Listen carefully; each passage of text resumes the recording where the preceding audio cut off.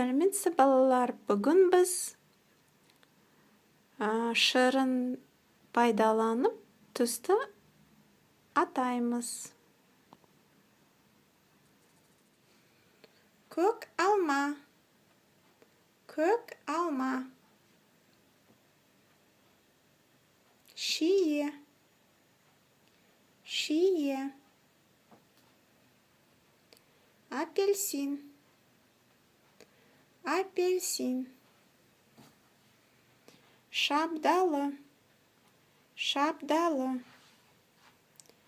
Ягодный микс, ягодный микс. Жасыл, жасыл. Қызыл, қызыл. Көк, көк. Сары, сары. Ақ, ақ.